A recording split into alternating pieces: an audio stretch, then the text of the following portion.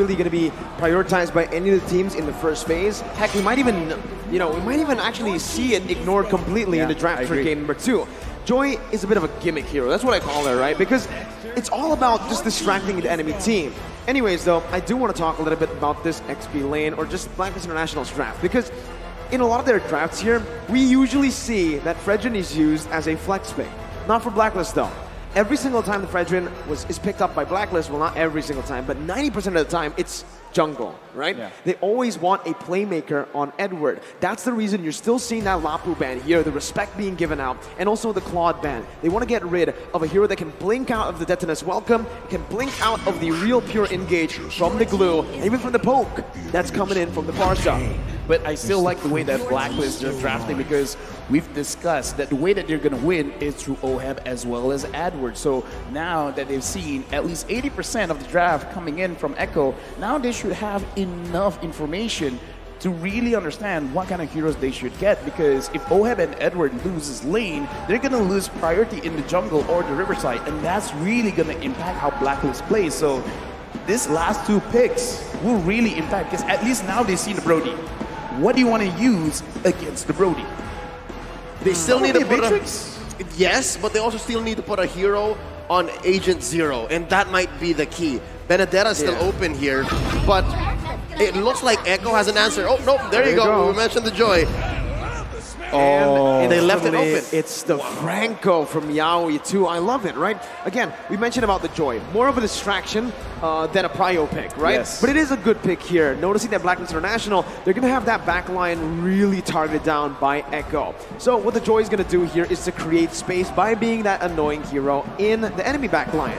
Thing is, though, Echo waited for this. They knew it was coming, right? It was either they went for a Kufra pick, a Cho pick, or they see the Joy, instantly they go for the Franco, they can lock the Joy down. Yeah, but given that Cho is banned out, Echo had the ball in their court. It was their shot to make. You mentioned the Kufra. Yaoi had a lot of crazy games on the Kufra. Chance to play that, but instead they go for the Franco. A game lost be damned, but we don't care about it going into the Valentina. We don't care if Haji gets it. And looking at it, is it going to the hands of Valentina? Yes, of course, yes, Haji, because again, there's a Fredrin. That's definitely Wise's hero. Yeah, I'm just going to say we're going into game number 2. Blacklist International going up against Echo. And what I wanted to say was that Echo picked up the most banned hero of Blacklist International. They keep banning out this Franco. So now Franco in the hands of Echo. This might be a bad game for Blacklist. Yep, and the reason why is because it breaks the Ubin. You don't get to engage on your terms. And in the hands of the playmaker, Yaoi, it's going to be a great way to, again, either set up a box that Blacklist is not comfortable with, or break whatever Blacklist is trying to do. And this is a similar approach to, again, what RRQ did against Echo yesterday, right? They picked up that Franco, but unfortunately for RRQ, they didn't have anything to build around the Franco. Meanwhile here, I was questioning the Brody pick earlier on. I was like, what? Brody into Lolita? Then you see the Franco and you're like, there you go.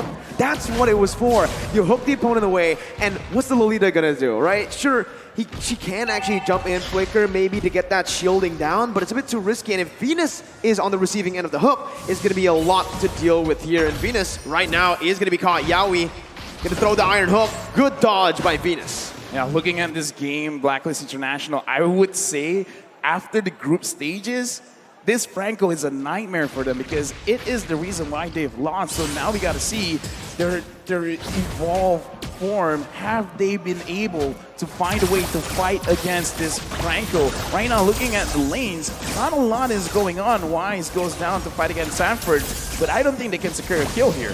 Too sustainable, gets out of that one. Wise is level 4, Carl TZ as well. Both of these junglers clearing very, very fast. In the end, it's Hachi who actually steals the gold buff away. Yep, looking at a potential 3v3, 4v4 down bottom as they both jockey for position, finding a good pull for this Lord. And it looks like Echo is the one first on the scene. Carl TZ whacking away. Oh, there's a ult! Yeah, Sanford zoning very, very well here with a split as well. Bringing Wise away. Numenov Blast can be charged in. On to Carl TZ, but no! It's Yaoi who finds the Iron Hook, and Carl TZ finds the Retribution. Edward on the back line. That's a stolen for the airstrike as the Bloody Hunt comes down onto Edward to lock him down. Sanford finding Wise, the flicker over. Edward picking up another. It's a 2 for 1 right now. Echo still equal though in terms of the trade because they secured the turtle. I like how Blacklist played that fight just now because even though they were focusing on the turtle, they kind of understood that it's not 100%. It's not even 50-50. It was kind of a 60-40 at that point. So they tried to find the alternate win condition around the turtle, which is try to get a little bit more kills. So they were willing to expand a lot of their resources there. Looking at the items right now, really not a lot of power spikes just yet. The Beatrix here, piloted by OHEB, understands that there is a chance he's going to get attacked, and right now, Carl Tease is getting attacked. He is the frontliner though, so he's happy taking that damage in. Haji is going to be the one losing a whole lot of HP from Sanji. Venus does too, and now that mid control is for Echo. And you're seeing here the difference between Haji and Sanji, a Valentina and a Farsa. It seems like now, when the ult is ready on Sanji, he's just willing to pull it out and then force Haji to respond. It's all about timing. It's all about engagement. Oh. And Yaoi, did he do it? No, the Filipino sniper still confirms the gold crab. That was an insane calculation, man. An insane micro play by OHEB, right? He knows exactly how it was going to go down. Even with the snipes there. I gotta say, in my head, he was holding his breath and like, Yeah. 1, 2, pump, just get it. And I just want to touch a little bit about the emblems because in terms of scaling, I kind of feel like Blacklist, they have an advantage because OHEB is using a marksman emblem compared to Benny Cutie using the assassin emblem. He's going to have a lot of damage, but still, in terms of scaling, Blacklist, they have it in the bag, and now looks like Echo, they're just going to push Blacklist away. Don't push too hard. Oh, not an engagement that Echo wants to go for because, again, they spent a few ults there. Mind you, Yaoi still has the Bloody Hunt, still has a hook waiting on him. Benicudi as well, torn apart memory, goes for a pull, Numenor Blast charged up by the Queen, then as well by Carl Teasy. And Carl Teasy is going to be able to spin him out. That's the Bloody Hunt, locking Edward down. Edward taking low, but still able to survive for now. Torn apart memory popped in as Benny flickers forward to pick up the kill. Turtle over to Blacklist right now as Sanford jumps in with Swiss Split, bringing Venus back for the damage to come through once again. Sanji picking up. Yaoi almost finding the Iron Hook. That's demobilized. Haji pours the flicker out, and Echo will be able to take the better trade. 2-0. Turtle goes over to Blacklist, though, as well.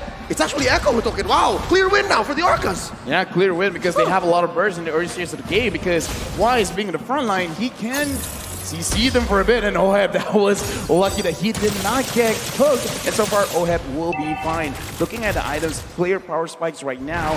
Looking at Edward, he's not going to be tanking a lot, but he can do a lot of damage because of the Genius Wand. So as long as he can prolong the fight, he can really help himself out, as well as Haji. Speaking of which, Haji is using a scale kind of itemization, so he's not going to be too strong right now, but I would say in 8 minutes, he's really gonna power through Echo. Yeah, and honestly, I do really want to talk about how Blacklist International are negating the bully potential from the Brody, right? Because earlier we saw the lane frozen by Benny Cutie in that lane. Wise instantly stopped by into the gold lane, even risking his life just to help OHEB clear it out. And this is what's going to get Blacklist to that item power spike for OHEB in the gold lane. The Beatrix has been farming very well, considering that he is in the losing matchup up against that Brody. Yep, and we're just waiting for that to flourish. We're just waiting for that to get the payoff. Bottom lane, though, you see the XP laner just leaving constantly. Very good wave clear from both the Joy and the Blue Owl, the pull on Wise! The Iron Hook, and that's going to be Bloody Hunt. Chain in, but that's just welcome as Edward jumps in with a lot of damage coming down. Sanji with the wings by wings, getting out. Numenor Blast and a feather airstrike stolen away by Haji with the IMU. Bennett's Rage, able to find the kill on the Sanford. Carl Teasy going to be gunned down. That's the Iron Hook to provide the peel necessary for Carl Teasy. It's a 1-for-1. The XP lane traded in for the jungler. Wait, look at Benny Cutie, Benny Cutie. Oh, watch out, Benny from the back line. OHEB hasn't spotted him yet. They're going for the turtle. There's the pull. Yaoi as well. Look at this. Prime positioning from the Echo squad. Oh, he's revealed. There's the hook. Yeah, we missed it. Gonna be stunned up. Venus actually onto the turtle. Carl Teasy with a quarter of his HP bar. Oh, that's the feather airstrike prematurely popped in. Sanji's gonna be zoned away now, but Benny, again, this is the man that we're gonna be looking at. Wise, gonna be hooked down. That's the moment for Benny to jump in. That's the damage coming through the turnaround memory as well. To take the turtle and to take OHEB. Carl Teasy with a Deathless welcome. not going to be able to find it just yet. Sanford onto Venus, bringing him back. Numenor Blast to be popped in, but he's not going to be able to get charged all the way. Edward, stunned up, suppressed. Bloody Hunt popped in. Yaoi going to fall to the hands of Edward as Sanford still wants to keep on going. Sanji rotating back into the mid lane. Why is going to be brought back? It's a pause here in the 7th minute of the game. Enable, but here we're going to be put in right into the team fight. Echo with, actually it's a pretty good trade now that I see it for Blacklist. Not that bad. Benny actually fell, but the airstrike though from Sanji in the mid lane, making it in favor of Echo. All right, something transpired in between the time we resumed and paused in. But for now, real quick, folks, Blacklist forcing out a push up top. Buff still secured per side. And we're looking at a possible kill on Edward. Nope. That's Edward for you. Gets out in relative ease again, right? Echo trying pressure, but now it's just for Blacklist International to punish in the goal, well, in the other side of the map, which is going to be the XP lane. They even tried to deny as much as possible from Benny, forced to use the torn apart memory to get those last hits. This is the world stage, so I'm allowed to be a little bit more critical looking at the way that the game is transpiring. We just spoke about this. Yaoi versus Venus, and Yaoi is going to be able to find that iron hook. Connecting onto Wise, bringing it back under the tier 1, and that's everyone collapsing. Benny with a torn apart memory back up on that cooldown is going to be able to secure it. Feather airstrike now on to Haji and Oheb. Haji going to be stunned up, has the Feather airstrike, but both teams disengage. King and the Queen in a flash goes out. I mean, Edward able to make the most of a bad situation, but LaFell, what does this mean? First of all, I just want to say I'm so glad I was interrupted because I was about to say Blacklist was actually looking pretty good because Oheb is going to scale up and Yaoi's not hitting the hooks, but never mind. Yaoi got a very crucial hook, and the thing is, this is the time where Benny Cutie, I would say, is almost at his max because he already has his Blade of Despair as well as the Fury Hammer. Enough penetration, enough raw damage. This is the time you force the fight. This is not about waiting. If you see an opportunity, just go for it. And it looks like Blacklist has already found their window. Haji pulling out Sanford, Carl TZ losing the pull battle against Wise. Blacklist have a small favorable position over the Lord. It's closer to the south, closer to Wise. They spot on Venus. Yaoi throws out a hook. And the Lord dance continues. It's a very slow Lord dance. It's a macro-centric play here. Mid-control. Steel fought for, and that's going to conceal though. Yeah, we're going to be able to find Haji Bloody Hunt as well. That's the damage coming through, and a turn apart memory finds its mark. The Venom Rage to follow it through. Yeah, we're going to be taken down. Sanford jumps into a split. Venus with the man on blast, stunning him up right now. Skull TZ going to be taunted up. Kind of airstrike to the back line. Oh, it's going to be caught. Wise now with the Appraiser's Wrath. Still able to sustain for a bit as Sanford still on that split. He jumps back away. Venus thinking low. That's going to be Benny dealing out of damage. Now with the turn apart memory. Benny QT with a flicker forward again. Styling on Blacklist International. That team fight could not have been better for Echo. 4 down, no clap back from Blacklist, and Echo now making a beeline straight for this Elemental Lord. Okay, now Edward coming in, not going to be able to steal. But yeah, in this game, objectives are important. And Sanford, he's going to get chased. Will he actually get down? Yaoi stops the progression of Edward. And as I'm saying, objectives are very important, but it doesn't have to be the turrets. It doesn't have to be the Lord kills our objectives as well. And again, Echo, their draft, they have a lot of big potential. So they're really using their draft to the finest. I like the way that they approached it. Don't fight the Lord. Kill them first. And they did. They found bodies, pushed them all the way behind tier 2 down bottom. And it's putting on my Venus, who just hit the ranked first one, average assist 10.4 per game here in M4, into a weird position. When do I use Numenor Blast? When do I protect my teammates? When do I find a proactive spot, a window for us to clap back? And it's looking harder and harder by the minute. Echo pushes mid tier 1, and now they're threatening tier 2 as well. Watch Sanji, he's concealed. Yeah, and he pops in the Feather Airstrike, zoning Oheb away as Edward jumps in closer. Sanji with the Wings by Wings, getting out. Feather Airstrike being popped, Sanji flickers out. Carl TZ finding the Detonus welcome onto Wise, gonna be stunned up again. No, blast out from Venus out of nowhere.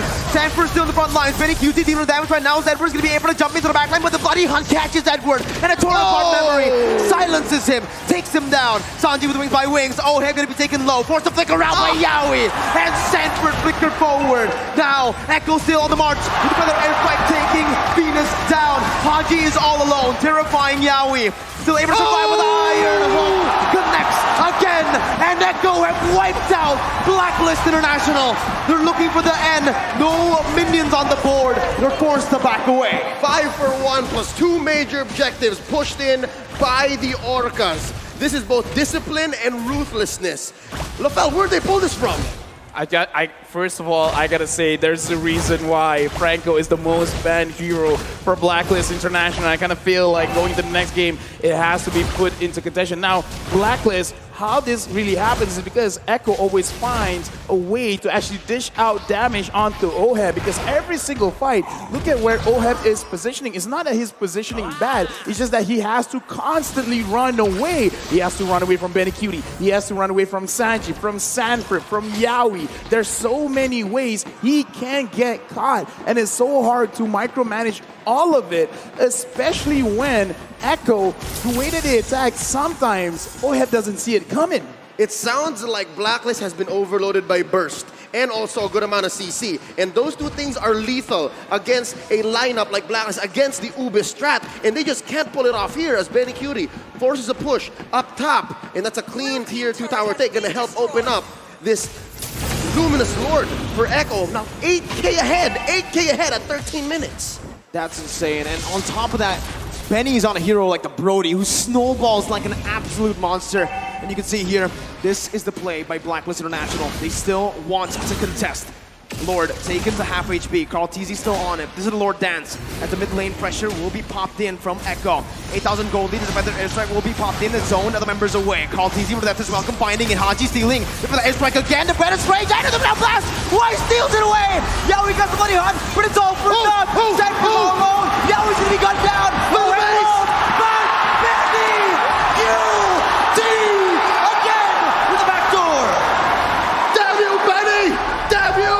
The world stage. He takes game 2 away from Blacklist International. I just gotta say, man, the way they set up the entire map, they're setting up for a checkmate. And then Benny Cutie is like, I don't care about pawns, I don't even care about queen. I'm going for the king, and that is the crystal there right now. 2-0 Echo over Blacklist International. What is this man made of? Oh my god, how many times has he found this play? The storm, the typhoon, the hurricane, Bagyong Benny, born and bred to split lanes and take games. Wow. The shot calling, though, that was needed to make that play happen. I mean, again, it looks like Echo is not just they understand the draft, they just understand Blacklist in general. You guys want to clump up together, go ahead.